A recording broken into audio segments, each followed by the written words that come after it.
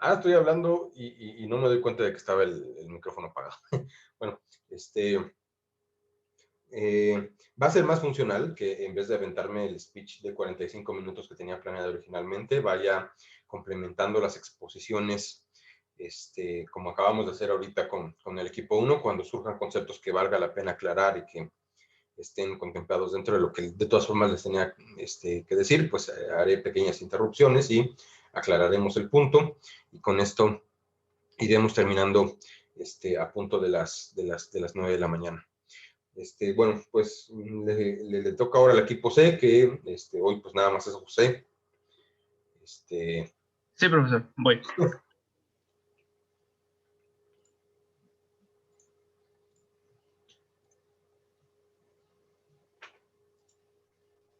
¿Se ve todo hasta el cursor?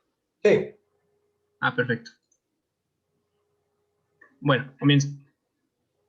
Bueno, en representación de mi compañera Angeli, y aquí estoy yo, nos va a tocar exponer, igual que todos, la síntesis no clásica. Pero bueno, nosotros vamos a tratar de hacerlo desde una perspectiva, no sé si analizarlo bien, porque pues tampoco es como que podamos, pero tratar de explicar lo que nosotros entendimos. Bueno, nada más como contexto, lo que ya habían dicho también mis compañeros del equipo pasado, es que, bueno, se podría decir que después de que Keynes publicó su teoría, parecía que le faltaba algo. Su teoría tenía esa falta de relacionar el sistema real de la economía con el sistema monetario. Entonces, ahí fue donde entra Phillips, que en 1958 logró acuñar una ecuación que, bueno, para muchos economistas era lo que culminó con el problema de la teoría de Keynes. Para Phillips, la tasa de variación de los salarios está relacionada con el nivel de desempleo. Bueno, ahorita vamos a ver cómo es esa relación en específico, pero es lo que nos aporta, ¿no? Bueno, aquí está la línea. Él dice que la curva, que su curva es de que existe una, bueno, esta no es su curva, primero que nada, esta es la representación de la presión, ¿no? Pero bueno, él dice que en la curva de Phillips existe una relación inversa entre el desempleo y la variación de los salarios. Entonces, a mayor demanda de un bien, mayor es la presión de que aumente el precio de ese bien. Es lo que ya había explicado el profesor, de que no nada más, en este caso es el, este, el empleo en el mercado laboral, ¿no? Los salarios y el empleo en el mercado laboral. Pero esto puede llegar a pasar en cualquier tipo de mercado. Siempre que un bien tenga una demanda mayor, la presión de que aumente su precio también sube, ¿no? Entonces, si hay un alto nivel de oferta, también va a disminuir el precio. Bueno, ya viéndolo desde el mercado laboral, supongamos que, por ejemplo, aquí tenemos el punto de equilibrio, pero en lugar de estar en el punto de equilibrio, supongamos que el salario es bajo. Supongamos que estamos en B, que lo que significa que hay un exceso de demanda, ya que no todos están dispuestos a trabajar por ese salario. Como vemos, o sea, el salario es bajo, entonces es como cualquier trabajador podría decir, no, yo por qué voy a trabajar por ese salario tan bajo. Entonces los empresarios se ven en la necesidad de subir el salario un poco, porque, o sea, tienen esa presión para poder emplear a su mano de obra, porque si no, ¿cómo producen? Es entonces cuando subiría a C. Y bueno, esto seguiría pasando poco a poco hasta llegar otra vez al punto de equilibrio, pero con menor presión, debido a que mientras más estén en el extremo, más presión hay de que suba al punto de equilibrio. Y lo mismo pasaría si estuviera encendido, bueno, si estuviéramos arriba, si los salarios fueran altos, pero la tasa de empleo fuera baja. Si la tasa de empleo fuera baja, entonces los trabajadores, pues podría decirse que aceptarían cualquier tipo bueno, cualquier tipo, pero sí un salario bajo comparado con los actuales, con tal de que les den trabajo. Entonces de nuevo volveríamos al punto de equilibrio. Mientras más al extremo se encuentre, con más presión, pero pues al final de cuentas también se llegaría. Y bueno, una cosa importante de la curva de Phillips, que esta sí es que la presión que existe entre regresar al punto de equilibrio desde el aspecto de cuando hay un exceso de oferta y cuando hay un exceso de demanda, no es simétrico, existe una simetría. Esto es porque se puede subir más rápido desde cuando hay, bueno, gracias a la necesidad de que las empresas pues quieren esa mano de obra, ¿no? Pero en cambio, cuando estamos en un salario más, ¿cómo se llama? Más alto, a pesar de que habría trabajadores que aceptarían un salario menor para llegar a trabajar, los trabajadores que ya están aquí no van a permitir que eso pase, porque pues es como decir, no, pues si le van a pagar menos a ellos, pues también me van a pagar menos a mí. Entonces es ahí donde, bueno, en estos dos casos, es donde entran al juego, por así decirlo, los sindicatos del trabajo o los gobiernos que fijan salarios mínimos, que incluso los fijan a veces sobre el nivel de equilibrio. Bueno, y otra conclusión que se podría obtener de aquí es que la oferta de trabajo presiona, que básicamente eso es lo que básicamente es donde el desempleo es natural a las condiciones del sistema. Bueno, es importante también decir que esta curva de Phillips tuvo dos críticas importantes, ¿no? Recuerdo que un poco lo mencionaron también los compañeros. Bueno, la primera es la obvia, en la que básicamente se dice que, bueno, en la curva manejan los salarios nominales como si fueran los salarios reales. Y como el profesor ya explicó, una cosa es el salario nominal y otra cosa es el salario real porque se ve afectado por ¿cómo se llama? Por el nivel de precios. Entonces, no importa que tú tengas un salario, si al final de cuentas el nivel de precios sube o baja, no te va a alcanzar para lo mismo. En cambio, en esta curva sí se contemplaba que fueran lo mismo. Y bueno, se podría decir que esto tiene una explicación de que un error tan obvio fuera pasable, y es que durante ese tiempo seguía muy vigente Keynes, y para Keynes el nivel de precios era fijo. Entonces el salario nominal, esta curva no representaba otros datos, no representaba ¿cómo se llama? La inflación, que era lo más importante, ¿no? Se limitaba a presentar los dos datos enfrentados y la tasa de desempleo y la variación del salario. Bueno, es entonces cuando también llegan, también lo mencionan mis compañeros, era Friedman y Phelps, ellos dicen, bueno, cuestionan que el trade-off, que bueno, según lo que investigué, básicamente es como, bueno, yo lo entendí como una relación, decía que era el costo-beneficio, pero pues más, bueno, yo sentí que más que como costo-beneficio es una relación entre dos, ¿cómo se llamaría?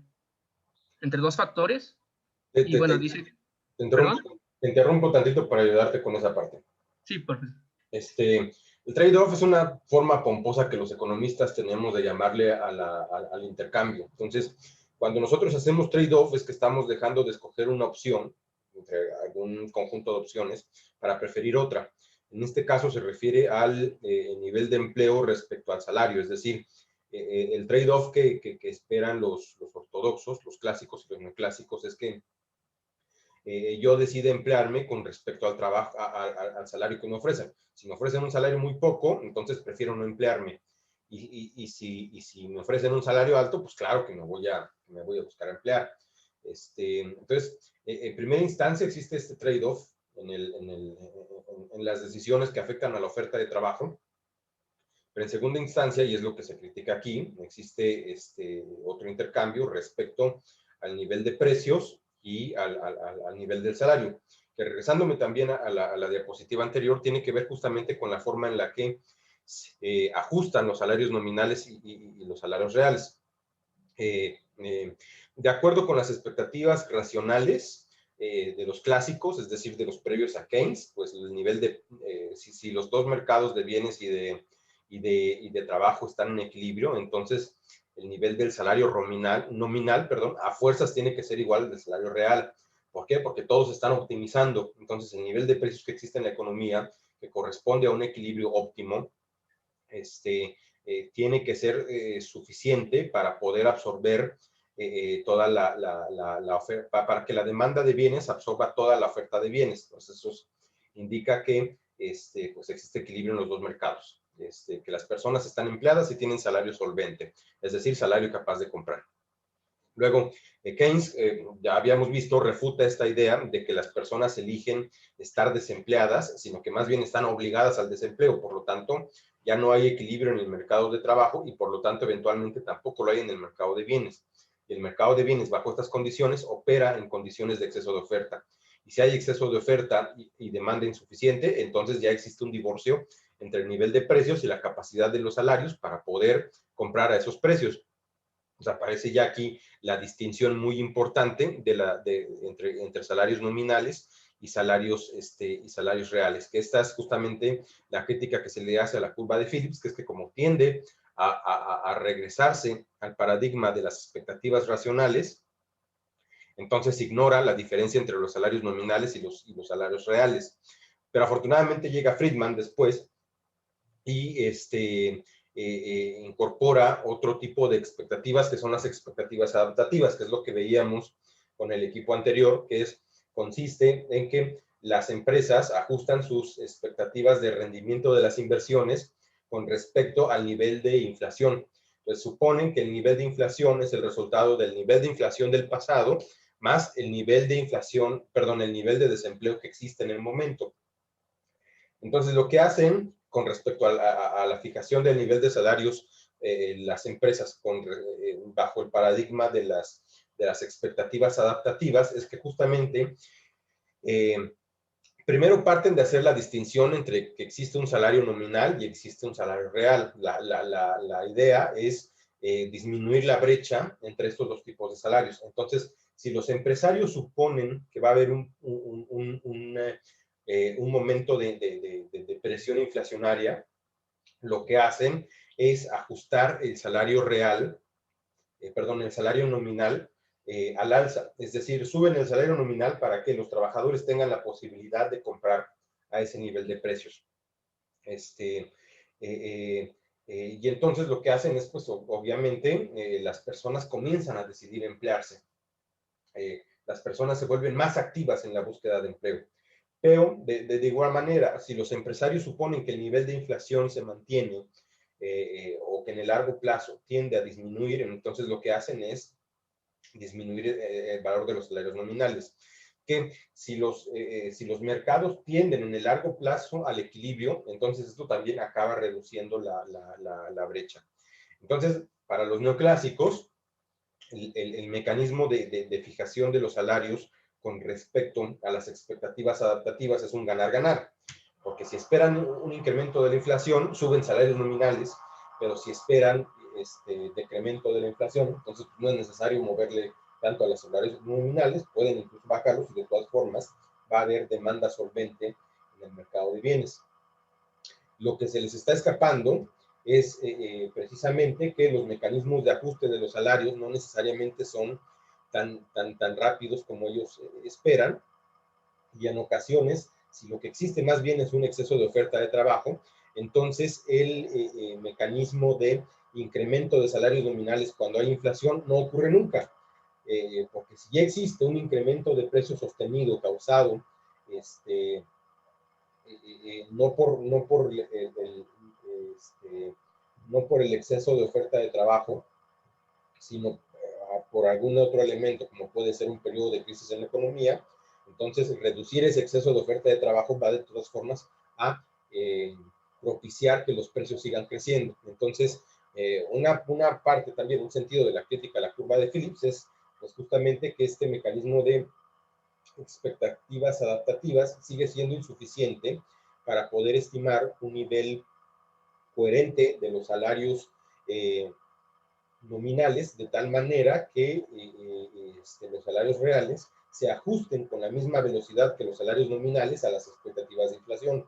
Y si repito, existen expectativas de inflación alta en periodos de crisis que se puede agravar como resultado de una política de empleo expansiva, es decir, que se contrate a mucha gente, entonces el nivel de los salarios se va a mantener estable o incluso va a tender a bajar, con lo cual se erosiona también la capacidad adquisitiva de los salarios reales. Pues por ahí iba la crítica de la curva de Phillips y también por ahí iba esta cuestión del trade-off, del intercambio, que es que la teoría supone que existe un intercambio primero entre los trabajadores que eligen emplearse o desemplearse en función del salario, y la otra es el trade-off que existe entre el nivel de precios y el nivel de inflación, que es sacrifico nivel de precios para evitar el crecimiento de la inflación.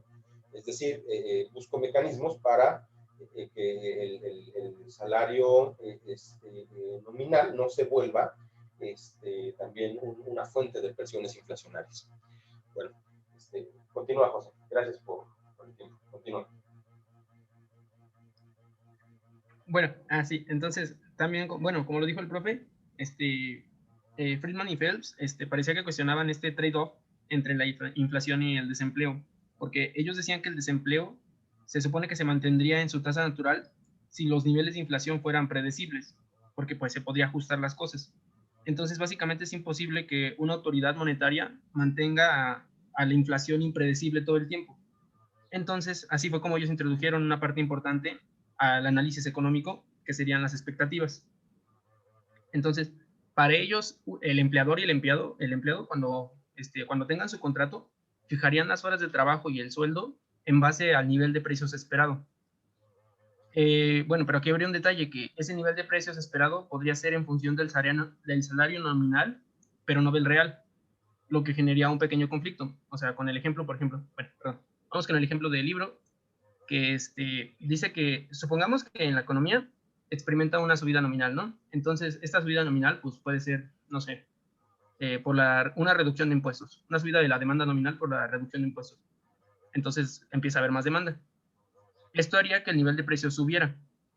Entonces, los empleadores creerían que sus demandas fueron las únicas que subieron, que su producto fue el único que subió su demanda. Entonces, ellos verían posible subir los precios, pero seguirle pagando lo mismo a sus trabajadores. Entonces, esto haría que, pues, básicamente el costo marginal de los trabajadores bajara, entonces buscarían más trabajadores para seguir vendiendo a un precio superior. Pero, por su parte, bueno, esto se representaría aquí en la gráfica, estamos en el punto E, y cuando hay una subida en los precios debido a la aumenta de la demanda, para los trabajadores, para los empleadores, se desplazarían para acá debido a que bajaría perdón, ¿cómo se llama? El Baja costo, la demanda en el salario, perdón. ajá, podría bajar el salario, efectivamente, perdón, sí es cierto, profesor, bajaría el salario real, porque debido a que el salario nominal se mantiene, pero ellos logran aumentar su ganancia, al final de cuentas ellos podría decirse que pagan menos, entonces ellos lo ven como un beneficio, ¿no? Pero por su parte, los trabajadores que no están al tanto de los niveles de precios de los productos, como las empresas sí lo están, ellos solo son capaces de ver el efecto de los precios en los salarios nominales. Entonces, ellos lo que creen es que hubo un aumento de la demanda laboral. Entonces, para su punto de vista, él se desplaza, en lugar de la AE, se desplaza a la AL. Entonces, ellos, bueno, para lo que ellos ven, ellos siguen pagando el mismo salario nominal, pero la cantidad de trabajadores ha aumentado. Eso desde el punto de vista del empleador. Y desde el lugar del empleado, los salarios han subido, pero no los niveles de precios. Entonces, ambos creen que, por así decirlo, como que mejoró la cosa para ellos y no para el otro. Pero pues al final se dan cuenta de que el aumento era para los precios en general y pues al final vuelven al estado de equilibrio que es la E. Pero esto pasa principalmente porque hay un desfase entre el precio efectivo y el precio esperado, porque pues podría decirse que se precipitan y piensan que el precio que están viendo es el real, cuando solamente podría decirse que pues es el que viene de los precios nominales. Rápidamente, este gráfico, no, regresate tantito, es interesante porque muestra el ajuste en el mercado de trabajo con respecto ya directamente a los salarios reales. Recuerden, W solito es igual al salario nominal, W entre P, que son los precios, PE es el precio efectivo, es decir, el precio al que se venden las cosas en el mercado, en el momento en que se hacen análisis, representa el salario real. Y el precio esperado, pues ya básicamente, fundamentalmente es el nivel de inflación, que bueno, no está, creo que no está representado en este gráfico. Pero bueno, sí se toma en cuenta, porque les digo, los ajustes de expectativas y también los propios niveles de los salarios se hacen con respecto al precio esperado, no con respecto al precio efectivo. Gracias, continúa. Sí, bueno, entonces, si este nuevo factor, las expectativas, se incorporan en la curva de Phillips, se podría decir que se obtiene una nueva curva de Phillips un poco arreglada. Bueno, esta es la que representa el corto plazo, en la que se puede ver que el trade-off entre la inflación y el desempleo se mantiene, pero solo hasta que los agentes vuelven a ajustar sus expectativas con el nuevo nivel de precios. O sea, se podría decir que en el corto plazo, la curva de Phillips presenta una pendiente negativa. Y esto se ve aquí, se podría decir que está en el punto A, que es el de equilibrio, y hay un aumento en el nivel de precios de 3%, una inflación del 3%. Entonces, siguiendo la misma curva en la que se tenían estas expectativas, se pasa al punto B. Entonces hay ese trade-off, pero el problema es que ese trade-off solo va a aguantar hasta que se reajusten las expectativas a un 3%, que es lo que pasó. Es entonces cuando se va a volver a esta línea vertical, que es la tasa natural de desempleo. Entonces se podría decir que a corto plazo el trade-off solo va a durar hasta que se reajusten las expectativas. Entonces es cuando se plantea la curva a largo plazo. En la curva a largo plazo, básicamente, si ven esa parte de aquí abajo pequeña, es lo que vimos en la anterior, pero replicada varias veces. Y lo que quiere dar a entender es que no importa que tú subas la tasa, la tasa de precios, bueno, la de inflación, al final va a volver a la tasa de desempleo, va a volver a su estado natural. Y si lo vuelves a hacer, de todas maneras va a volver a su estado natural. Entonces, esto se repite y básicamente de eso se puede deducir que a largo plazo la curva de Phillips, en lugar de ser una pendiente negativa, es una línea vertical.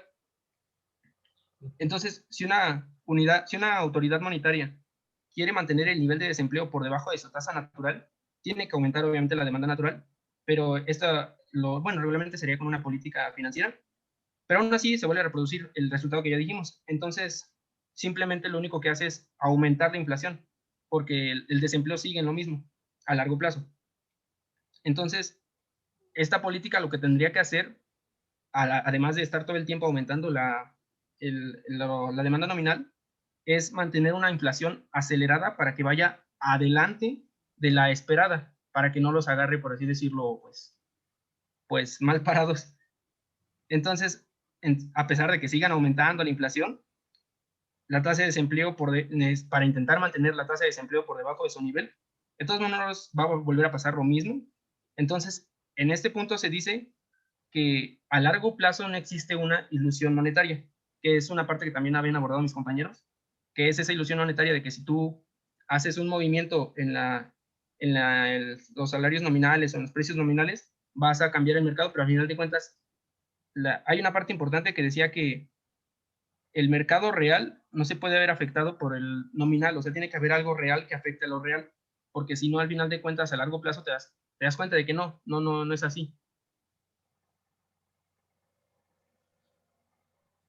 Y bueno, esto también deriva en lo que es la inercia inflacionaria, que es lo que también habían explicado hace rato mis compañeros y el profesor.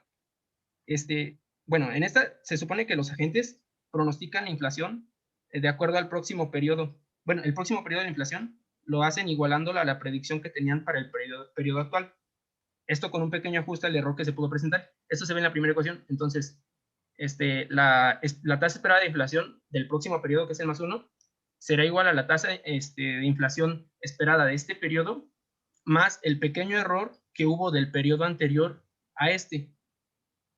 Entonces, pero aquí hay una cosa importante. Este pequeño error representa la velocidad con la que los agentes corrigen sus expectativas. Puede ir de 0 a 1. Entonces, si tiene un valor muy cercano a 0, básicamente significa que las expectativas cambian lentamente. Y pues cambian lentamente porque podría decirse que no influyen las expectativas, los cambios en inflación no influyen en su cambio, entonces básicamente no cambia. Pero si el valor es más cercano a 1, estas son, o bueno, incluso si el valor es 1, perdón, estas son expectativas estáticas, porque van a mantenerse en ese nivel. Ahora, en la lectura dice que desde 1969 la economía de los países más importantes presenta una alza de la inflación, por lo que se supone que se ha aumentado la velocidad con la que se corrigen las expectativas para estar al tanto de esa inflación, por lo que se podría decir que B es igual a 1. Entonces, si B es igual a 1, no hay ese error, se podría decir que la fórmula de abajo, en la que nuestras expectativas van a ser igual a la inflación actual, que ahí se vuelve esta inercia, donde se mantiene estática la cosa, porque la inflación esperada es igual a la inflación corriente. Bueno, y esto da paso a la inercia. Y bueno, pues creo que esto es más entendible con la frase que ponen de Robert Slow, que dice que tenemos inflación porque es lo que esperamos, y esperamos inflación porque es lo que hemos tenido. Y se acabó. Muy bien. Muchas gracias, José. Ha sido una maravillosa exposición. Muy clara, muy certera. Bueno, Equipo A, prepárense, por favor.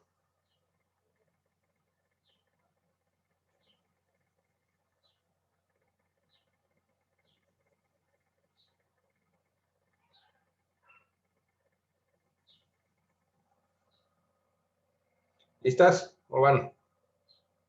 No, espera, ya voy, profesor, es que voy a compartir la pantalla. Ah, sí, adelante.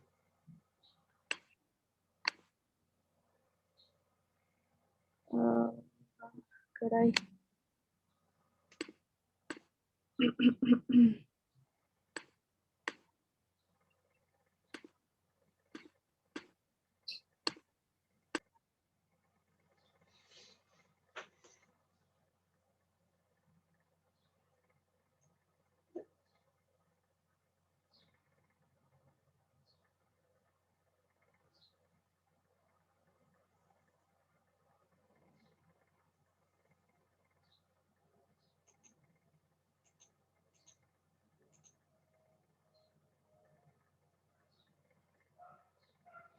Si no se deja, puedes intentar mandarme la presentación por el chat y yo la voy controlando. Ah, ok, profesor, sí, por favor, es que no le entiendo a esta cosa. Entonces, ¿cómo se la mando? Súbela al chat. Ah, ok.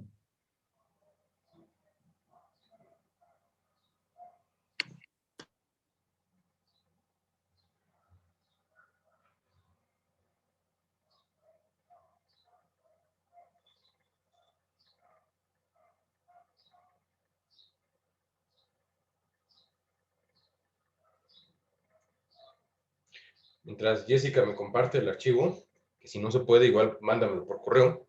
Les voy comentando que la próxima sesión también la vamos a abordar en formato seminario, pero para esa no vamos a utilizar, no vamos a utilizar reporte. Lo único que quiero que hagan es una diapositiva. Pues el equipo A va a ser la diapositiva de la lectura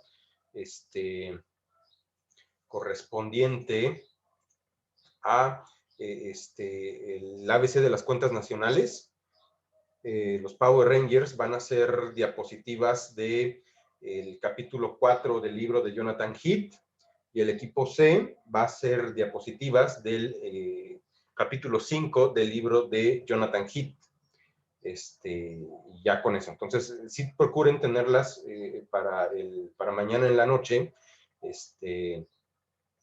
para que las vean y ya vamos proyectando. Y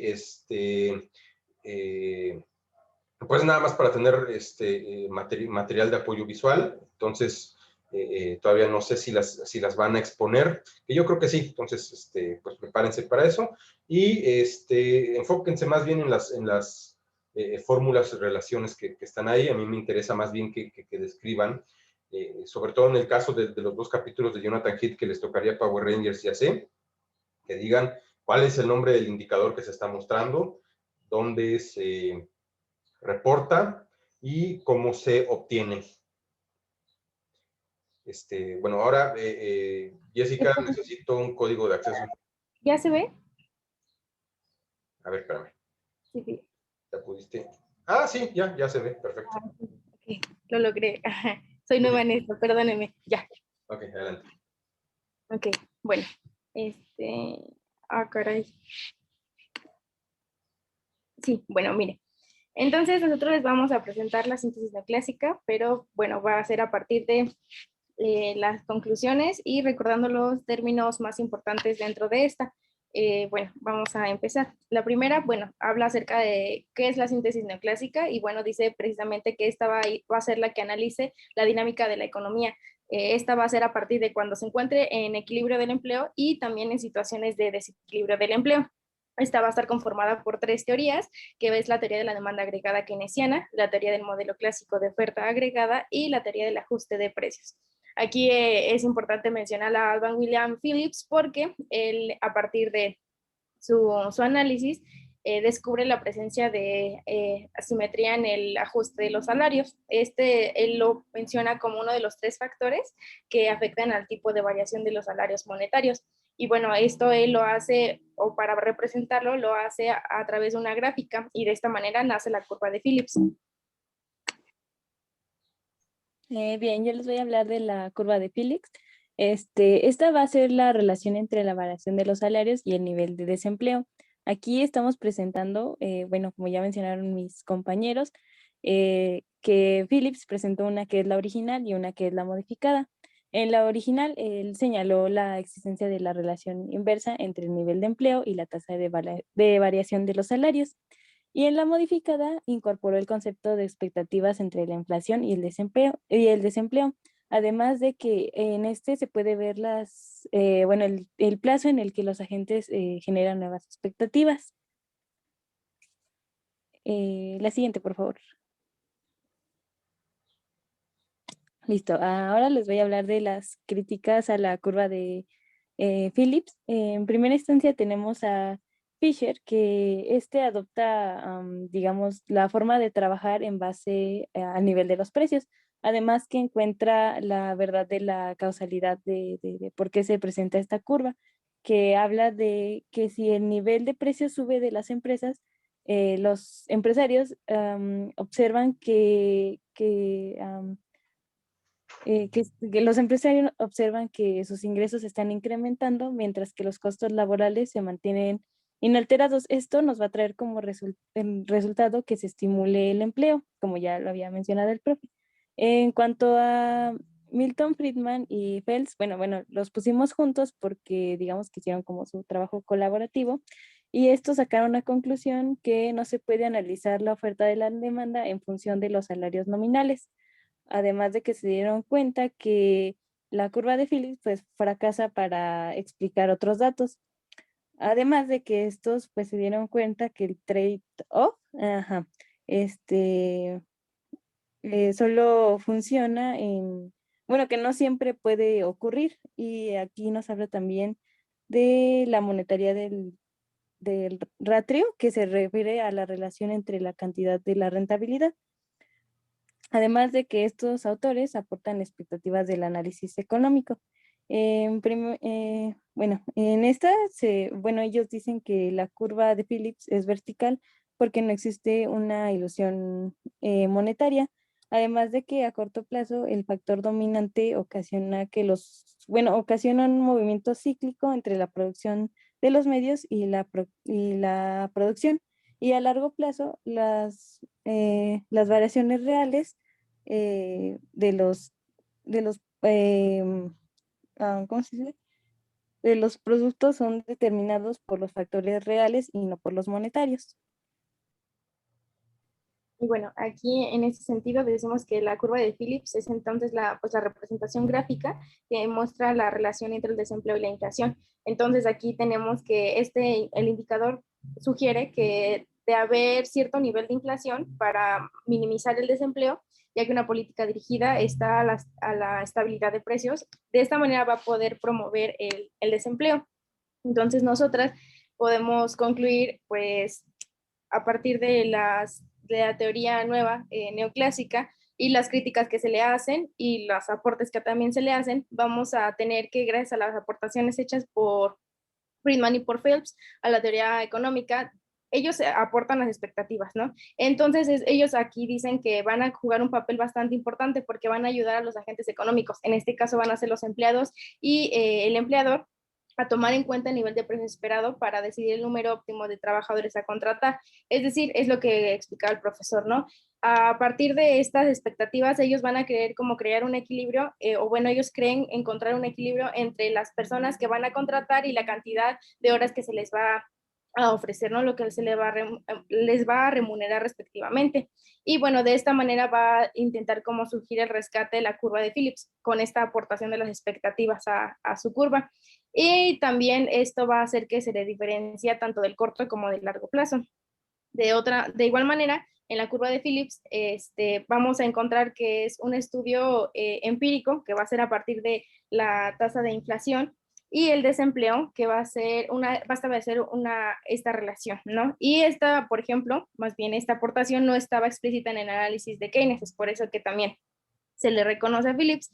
También habla acerca de que los keynesianos concuerdan con los monetaristas con los monetaristas, perdón, en que es vertical, es lo que explicaba Alonso, que no va a haber una ilusión monetaria, ¿no? O sea, no va a haber esta parte de equilibrio. Y sin embargo, pues a pesar de esta conclusión a los que ellos llegan, los primeros consideran que las expectativas se ajustan solo después de un periodo relativamente prolongado de costos, es decir, ¿no? Cuando ellos crean que van a encontrar un equilibrio, entonces nada más va a ser ahí cuando va a volver a cambiar. Después va a ser que la síntesis neoclásica va a ser como una de las corrientes principales de la macroeconomía. Y después de todos los análisis que se han dado a finales de los 60, después de una inflación en los Estados Unidos, se le da como que un declive porque no pueden utilizar este modelo de Phillips para encontrar la solución o encontrar una explicación acerca de la crisis que se estaba dando. También decimos que la curva de Phillips relaciona la inflación con el desempleo y sugieren de esta manera que hay una política dirigida a la estabilidad de precios. Es decir, ¿no? Esta representación va a promover pues el desempleo y bueno, el nivel de inflación va a ser necesario para que se minimice este. Entonces, decimos que la curva de Phillips describe la relación de intercambio a corto plazo entre la inflación y el desempleo. Y a largo plazo dice que no hay relación porque la inflación está determinada por el crecimiento del dinero, mientras que el desempleo es igual a la tasa natural. Es lo que explicaba el profesor hace un momento. Entonces decimos que pues la curva de Phillips muestra la relación gráfica entre el desempleo e inflación y de esta manera va a establecer un aumento del desempleo que reduce la inflación y viceversa, es lo que igual ya mencionaban. Cuando dice que hay una relación inversa, es decir, que cuando uno sube, la otra va a bajar. La disminución del desempleo se asocia con una mayor inflación. Y pues eso sería todo. Okay. Una nota aquí con respecto a la dicotomía clásica y el intercambio que existe entre desempleo e inflación a largo plazo. Lo que dice acá la teoría, bueno, más bien, específicamente lo que se dice acerca de la dicotomía clásica es si el dinero puede afectar el comportamiento del sistema monetario o no. Acá el modelo asume que en el largo plazo, sí. Perdón, sí, en el largo plazo sí, porque entonces lo que afecta a la inflación es el incremento del dinero circulante. Quiere decir que es la política del Banco Central, que ya veremos a su debido tiempo, la que puede detonar el incremento de la producción y por lo tanto también el incremento del empleo. Se dice que es una dicotomía porque hay economistas que creen que ni siquiera en el largo plazo la política monetaria es suficiente para alterar las variables de la producción y del empleo en los mercados de bienes y laborales. Entonces, los que dicen que el dinero es neutral, pues justamente asumen esta posición, que el dinero no puede alterar estos mercados. Pero los que dicen, los que están en la postura no contraria, los que defienden la no neutralidad del dinero, pues postulan justamente que en el largo plazo el dinero sí tiene algún efecto en el nivel de producción y en el nivel de empleo. Entonces, la hipótesis más aceptada actualmente bajo el paradigma de la nueva síntesis neoclásica es el de la no neutralidad. Es decir, que el sector financiero sí tiene algún tipo de influencia sobre el sector real. Y en consecuencia, los mecanismos que establezca el Banco Central para mantener el control de precios, es decir, para evitar la inflación, tienen también un efecto sobre el nivel de producción. En el caso de México, se acepta esta hipótesis de no neutralidad y, como lo vamos a ver después, hay un problema que viene dado por la aplicación de la política inflacionaria en el caso de México, que viene en dos sentidos. Entonces, el Banco de México, que es la autoridad encargada de evitar la inflación, ejerce su política mediante dos canales de transmisión. Es decir, los canales de transmisión no son las estrategias, sino son las vías mediante las cuales se opera esa estrategia. Un canal de inflación es el nivel de la tasa de interés. Y cuando veamos modelo ISLM vamos a ver por qué es importante la tasa de interés para estimular el nivel de inversión. La política del banco es tratar de mantener una tasa de interés que permita mantener al nivel de la inflación en una banda de confianza del 3%. Es decir, que el incremento anual de los precios de todas las mercancías no supere el 4%, pero tampoco sea menor al 2% y más bien se mantenga a nivel de 3%. Y para lograr esto, pues a veces operan con tasas de interés altas y a veces con tasas de interés bajas. En el caso del Banco de México se opera por lo general con tasas de interés altas. Eso genera que las personas prefieran ahorrar en vez de invertir en negocios. O sea, sí invierten, pero invierten en acciones, en bonos, es decir, en instrumentos para incrementar la riqueza monetaria, no para incrementar la riqueza de bienes y servicios. Y el otro mecanismo de transmisión que tiene el banco para evitar el crecimiento de la inflación es el tipo de cambio. Que el tipo de cambio no lo determina solito el Banco de México, sino lo determina en conjunto con la Secretaría de Hacienda. Entonces, se busca ahí tener un tipo de cambio apreciado. También vamos a ver eventualmente qué significa esto. Es decir, se busca que el dólar cueste barato para evitar que el incremento del precio del dólar pues también haga crecer los precios. Entonces, ¿cómo se relaciona esto con la curva de Phillips? Que precisamente estas estrategias para mantener la inflación parten de la hipótesis de que la política del Banco Central es relevante para mantener la estabilidad en las variables del sector real, del sector de la producción y el sector del empleo. Entonces, si se mantiene una política que busca mantener a raya la inflación por medio de tasas de interés elevadas y de un tipo de cambio competitivo, la forma en la que eso se expresa en términos de empleo es en bajo nivel de inversión productiva y en bajo nivel de estímulos a la producción nacional de bienes y servicios, lo que supone que el nivel de personas empleadas en el sector real también tiende a ser menor al nivel de empleo potencial. Es decir, el Banco de México estima que la tasa no aceleradora de desempleo, de inflación, que en el texto la identifican como Nauri, pero en realidad es Nairu, se mantiene a la baja. Es decir, que el nivel bueno, en este caso más bien, el nivel de desempleo que no ejerce presión inflacionaria o que mantiene el nivel de precios en nivel de estabilidad, en realidad es alto. Si la tasa de desempleo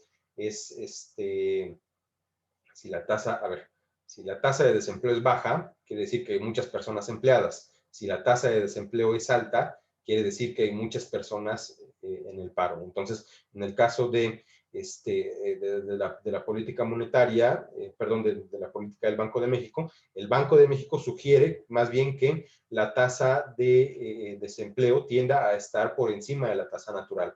Es decir, que la política laboral en México tiende a estimular el desempleo para evitar el crecimiento de la inflación. Entonces, esto es la relación que existe entre los objetivos del Banco Central y la política de empleo, al menos para el caso de México. Y es justamente parte todo eso de aceptar la hipótesis de que en el largo plazo el dinero es no neutral, es decir, sí ejerce un efecto sobre el mercado, sobre las variables del sector real de la economía.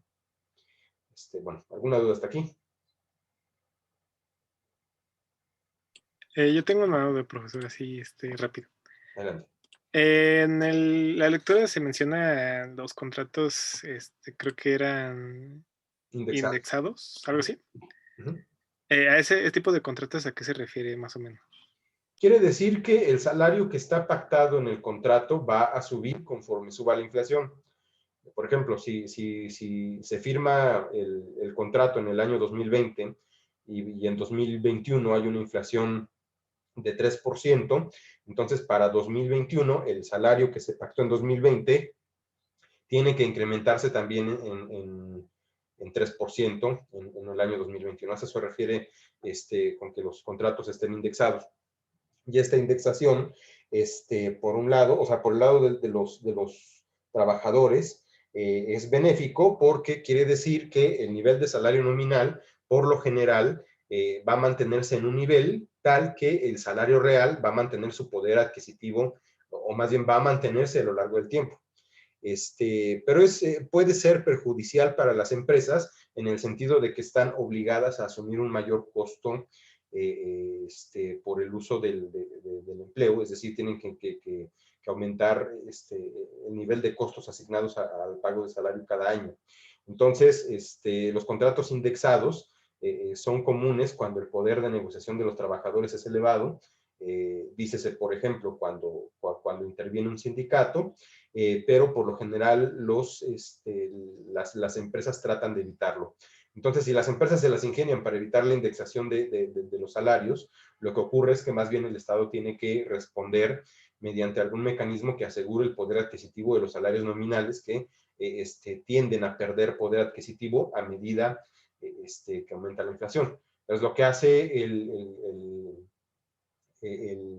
Estado es fijar una política de salario mínimo que puede también estar indexada, es decir, crecer mediante la inflación. Pero si se indexa, como de hecho ocurrió en México durante mucho tiempo, puede ser que de hecho existan una especie de fricciones en negociaciones contractuales, o más bien en el caso del salario mínimo en México, que se utilizaba para estimar pagos de servicios del Estado, pues entonces más bien incrementa el precio de otros servicios, contribuye al incremento de la inflación crece por encima de la capacidad del salario mínimo para mantener el poder adquisitivo de los ingresos y entonces pues, no sirvió de nada generar esa indexación. Lo que se hizo en México para lograr eso es que pues, los servicios del Estado ahora se pagan en unidades de medida de actualización y el salario mínimo ya no se fija en función de la expectativa de inflación, sino que se fija en función de la capacidad del salario para poder para poder adquirir la canasta de bienes básicos, es decir, el salario mínimo actualmente se fija con respecto a una expectativa del poder adquisitivo. Pero bueno, cuando existe una forma eficaz de negociar contratos indexados, pues un poco esta política de salario mínimo es menos necesaria, pero el hecho de que en México la política de salario mínimo se esté fortaleciendo quiere decir que incluso los contratos indexados son insuficientes para mantener el poder adquisitivo de los ingresos de aquellos trabajadores que negocian este tipo de contratos. Va por ahí la cosa. ¿Alguna otra? Pues, sí, muchas gracias. Bueno, se nos acabó el tiempo. No había definido quién le iba a tocar la minuta de hoy, pero te lo voy a encargar, Víctor. Voy a subir esta clase a YouTube también para que la consulten y para que la consultes, Víctor, si es necesario para hacer la minuta. Nada más que pues, por los problemas técnicos que estuvimos teniendo al principio va a estar la grabación a partir de la exposición de José. Pero bueno, por eso te lo encargo a ti, porque tú tienes el pulso de tu propia exposición, bueno, de la exposición tuya y de la de Monse.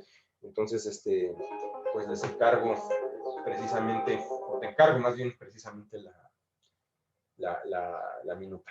Y pues bueno, recuerden, próxima clase, seminario, lo único que hay que preparar son las diapositivas que les pedí. Equipo A, el ABC de las cuentas nacionales. Equipo B, capítulo 4 del libro de Jonathan Heath. Y equipo C, capítulo 5 del libro de Jonathan Heath. Chicas del equipo A, recuerden por favor nada más de las páginas que están indicadas en el programa de la materia para que no resuman todo el libro. Bueno, pues nos vemos el jueves. Si tienen... ¿Sí? Bueno, si puede a lo largo del día me indica si ya le llegó el correo. Ya le volvimos a mandar el reporte. Ok, muy bien. Entonces, gracias. Sí, yo les aviso en caso de que no llegue. Bueno, Pues no les quito más su tiempo, nos vemos el próximo jueves. Gracias, profesor. Hasta luego. Gracias, profesor. Buen día. Igualmente, buen día.